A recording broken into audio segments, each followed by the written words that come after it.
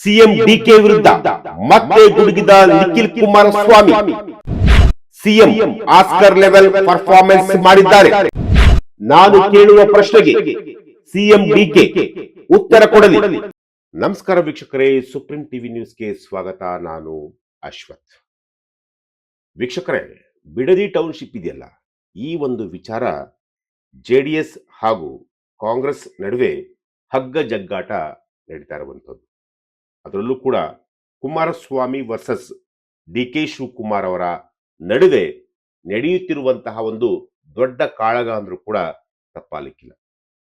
Bidadi township ವಿಚಾರ ಮುಂಬರುವಂತಹ ರಾಜಕೀಯದಲ್ಲಿ ಏನು ಬೇಕಾದರೂ ಆಗುತ್ತೆ ಅನ್ನೋದಕ್ಕೆ ಈಗ ನಡೀತಿರುವಂತಹ ಒಂದಷ್ಟು ವಿದ್ಯಮಾನಗಳೇ ಕಾರಣ ಅಂತ ಹೇಳ್ಬೋದು. ಸರ್ಕಾರದ ಅಧಿಸೂಚನೆಯನ್ನ ವಿರೋಧಿಸಿ ರೈತರ ಹೋರಾಟಕ್ಕೆ ಜೆಡಿಎಸ್ ಈಗ ಸಾಥ್ ಕೊಟ್ಟಿರುವಂಥದ್ದು. ಸರ್ಕಾರದ ವಿರುದ್ಧ ಹೋರಾಟವನ್ನ ಜೆಡಿಎಸ್ ಪಕ್ಷದ ಮುಖಂಡರುಗಳು ತೀವ್ರಗೊಳಿಸಿರುವಂತಹದ್ದು. ಸಿಎಂ ಡಿ ಕೆ ಶಿವಕುಮಾರ್ ಅವರು ವಿಧಾನಸೌಧದಲ್ಲಿ ಮಾತನಾಡಿದ್ರು. ಬಿಡದಿ ಟೌನ್ಶಿಪ್ ಯೋಜನೆ ಬಗ್ಗೆ ಸ್ಪಷ್ಟನೆಯನ್ನು ಕೂಡ ಕೊಟ್ಟಿದ್ರು. ಇದು ನನ್ನ ಯೋಜನೆಯಲ್ಲ, ಸರ್ಕಾರದ ಯೋಜನೆ. ಭೂಮಿ ಕೊಡಲು ಇಷ್ಟವಿಲ್ಲದ ರೈತರಿಂದ ನಾವು ಭೂಮಿಯನ್ನ ಯಾವುದೇ ಕಾರಣಕ್ಕೂ ಕೂಡ ಕಿತ್ಕೊಳ್ಳೋದಿಲ್ಲ ಅಂತೇಳಿ ಡಿ ಕೆ ಶಿವಕುಮಾರ್ ಅವರು ಸ್ಪಷ್ಟನೆಯನ್ನ ಕೊಟ್ಟಿದ್ರು. ಆದರೆ ಸಿಎಂ ಅವರ ಹೇಳಿಕೆಗೆ ಜೆಡಿಎಸ್ನ ಯುವ ನಾಯಕರಾಗಿರುವಂತಹ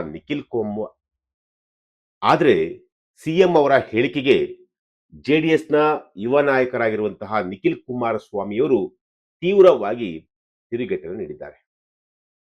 ಆಸ್ಕರ್ ಮಟ್ಟದ ಪರ್ಫಾರ್ಮೆನ್ಸ್ ಡೆಲಿವರಿ ಮಾಡಿ ಹೋಗಿದ್ದಾರೆ.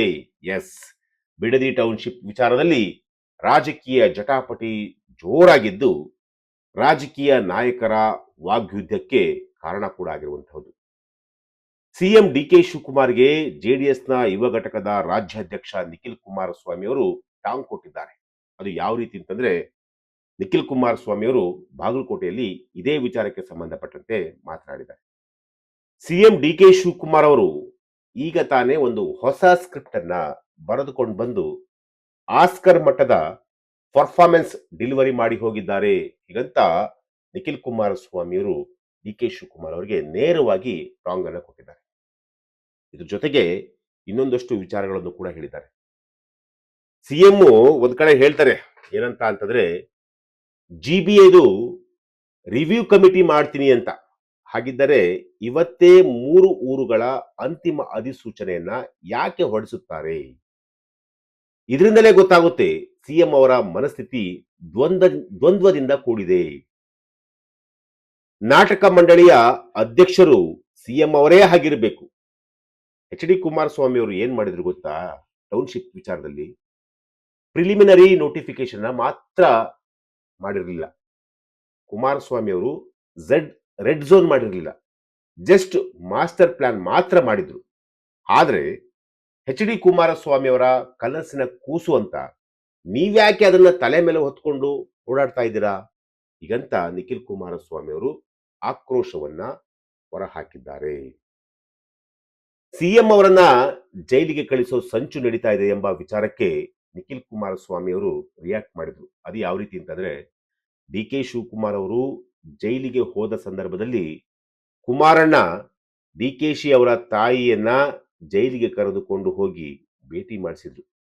ಒಕ್ಕಲಿಗರು ಸಿಎಂ ಆಗಿದ್ದಾರೆ ಅಂತ ನಮಗೆಲ್ಲ ಹೊಟ್ಟೆ ಕಿಚ್ಚು ಅಂತಿದ್ದಾರೆ. ಒಕ್ಕಲಿಗರು ಸಿಎಂ ಆದ್ರಲ್ಲ ಅಂತ ಮೊದಲನೇ ದಿನವೇ ನಾವು ಅಭಿನಂದನೆ ಸೂಚಿಸಿದ್ದೇವೆ. ಒಕ್ಕಲುತನ ಮಾಡಿರೋ ಬಡ ರೈತರ ರಕ್ಷಣೆಗೆ ನಿಲ್ಲೋದು ನಮ್ಮ ಧರ್ಮ. ಈಗ ಮೀಡಿಯಾ ಮುಂದೆ ಕುಳಿತುಕೊಂಡು ಸ್ಕ್ರಿಪ್ಟ್ ಅನ್ನ ಬರೆದುಕೊಂಡು ಬೇರೆ ಬೇರೆ ರೀತಿಯಾದಂತಹ ಒಂದು ಬೇರೆ ರೀತಿಯಾಗಿ ಈ ಒಂದು ವಿಚಾರವನ್ನ ಪೋರ್ಟ್ರೇ ಮಾಡ್ತಾರೆ ಅಂತ ಡಿ ಕೆ ಶಿವಕುಮಾರ್ ವಿರುದ್ಧ ವಾಗ್ದಾಳಿಯನ್ನ ಮಾಡಿದ್ದಾರೆ. ಜೊತೆಗೆ ಡಿ ಕೆ ಶಿವಕುಮಾರ್ ಅವರಿಗೆ ಒಂದು ಸಾಲು ಪ್ರಶ್ನೆಯನ್ನ ನಿಖಿಲ್ ಕುಮಾರಸ್ವಾಮಿ ಅವರು ಕೇಳಿದ್ದಾರೆ. ನಾನು ಕೇಳುವ 2 ಪ್ರಶ್ನೆಗೆ ಸಿಎಂ ಉತ್ತರ ಕೊಡಬೇಕು. ಕಮಿಟಿ ಮಾಡ್ತೀನಿ ಅಂತ ಹೇಳಿದ್ದು ಸಿಎಂ ಅವರೇ. ಅಂತಿಮ 3 ಹಳ್ಳಿಗಳ ಅಧಿಸೂಚನೆ ಹೊರಡಿಸಿದ್ದು ಸಿಎಂ ಅವರೇ. ಇದರ ಅರ್ಥ ಏನು? ಕಾದು ನೋಡೋಣ ಅಂತ ಇದೀವಿ. ಇವಾಗ 3 ಊರುಗಳ ಅಧಿಸೂಚನೆ ಹೊರಡಿಸಿದ್ದು ಯಾಕೆ? ಸಿಎಂ ಅವರ ದ್ವಂದ್ವ ನೀತಿ ಸಿಎಂ ಅವರ ದ್ವಂದ್ವ ನೀತಿ ಅಲ್ಲದೆ ಮತ್ತೇನು ಅಂತೇಳಿ ಜೆಡಿಎಸ್ನ ಯುವ ನಾಯಕರಾಗಿರುವಂತಹ ನಿಖಿಲ್ ಕುಮಾರಸ್ವಾಮಿ ಅವರು ಡಿ ಕೆ ಶಿವಕುಮಾರ್ ಅವರಿಗೆ ಸಾಲು ಸಾಲು ಪ್ರಶ್ನೆಗಳನ್ನು ಮುಂದಿಟ್ಟಿದ್ದಾರೆ. ಹಾಗಾದ್ರೆ ಈ ಪ್ರಕರಣ, ಈ ಒಂದು ವಿಚಾರ ಏನಾಗ್ಬೋದು? ಬಿಡದಿ ಟೌನ್ಶಿಪ್ ವಿಚಾರ ಮುಂಬರುವಂತಹ ದಿನಗಳಲ್ಲಿ, ಅದರಲ್ಲೂ ಕೂಡ 2028ರ ಚುನಾವಣೆಯಲ್ಲಿ ಏನಾದರೂ ಜೆಡಿಎಸ್ಗೆ ಪ್ಲಸ್ ಆಗುತ್ತಾ? ಡಿ ಕೆ ಶಿವಕುಮಾರ್ ಅವರಿಗೆ ಈ ಒಂದು ವಿಚಾರ ನೆಗೆಟಿವ್ ಆಗುತ್ತಾ? ಗೊತ್ತಿಲ್ಲ. ಆದರೆ ಬಿಡದಿಯ ಜನ, ರಾಮನಗರದ ಜನ, ಅಂದ್ರೆ ಆ ಒಂದು ಭಾಗದ ಜನ ಈ ಒಂದು ವಿಚಾರವನ್ನ ತುಂಬಾ ಸೀರಿಯಸ್ ಆಗಿ ತೆಗೆದುಕೊಂಡಿರುವುದಂತೂ ಕೂಡ ನಿಜ. ಏಕೆಂತಂದ್ರೆ ಅಲ್ಲಿ ಅವರು ಕಷ್ಟಪಟ್ಟು ಸಂಪಾದನೆ ಮಾಡಿರುವಂತಹ ಒಂದು ಜಮೀನು, ಅಂದ್ರೆ ಅವರು, ಅವ್ರ ತಾತ ಮುತ್ತಾತ ಅವರೆಲ್ಲರೂ ಕೂಡ ಸಂಪಾದನೆ ಮಾಡಿರುವಂತಹ ಜಮೀನು, ಲ್ಯಾಂಡು ಈಗ ಸರ್ಕಾರದ ವಶಕ್ಕೆ ತೆಗೆದುಕೊಳ್ತಿರುವಂತಹದ್ದು ಎಲ್ಲ ಒಂದ್ ಕಡೆ ಆ ಭಾಗದ ರೈತರಿಗೆ ತುಂಬಾ ನೋವು ಕೂಡ ಆಗಿರುವಂತಹದ್ದು. ಸೊ ಹಾಗಾಗಿ 2028ರ ಚುನಾವಣೆಯಲ್ಲಿ ಏನ್ ಬೇಕಾದ್ರೂ ಆಗ್ಬೋದು. ಡಿ ಕೆ ಶಿವಕುಮಾರ್ ಅವರ ವಿರುದ್ಧ ಸೇಡನ್ನ ತೀರಿಸಿಕೊಳ್ಳುವಂತಹ ಒಂದು ಪ್ರಯತ್ನ ಕೂಡ ಆಗ್ಬೋದು, ಅಥವಾ ಕಾಂಗ್ರೆಸ್ನ ಅಭ್ಯರ್ಥಿ ಯಾರಾದ್ರೂ ಅಲ್ಲಿದ್ರೆ ಅಲ್ಲಿ ಸೋಲನ್ನು ಕೂಡ ಆಗ್ಬೋದು. ಹೇಳಕ್ಕಾಗಲ್ಲ, ಏನ್ ಬೇಕಾದ್ರೂ ಆಗ್ಬೋದು. ಸದ್ಯಕ್ಕಂತೂ ನಿಖಿಲ್ ಕುಮಾರಸ್ವಾಮಿ, ಡಿ ಕೆ ಶಿವಕುಮಾರ್ ಈ ಒಂದು ವಿಚಾರಕ್ಕೆ ಸಂಬಂಧಪಟ್ಟಂತೆ ತುಂಬಾ ಗಂಭೀರವಾಗಿ ತೆಗೆದುಕೊಂಡಿದ್ದಾರೆ, ಪ್ರತಿಷ್ಠೆಯಾಗಿ ಕೂಡ ತೆಗೆದುಕೊಂಡಿದ್ದಾರೆ.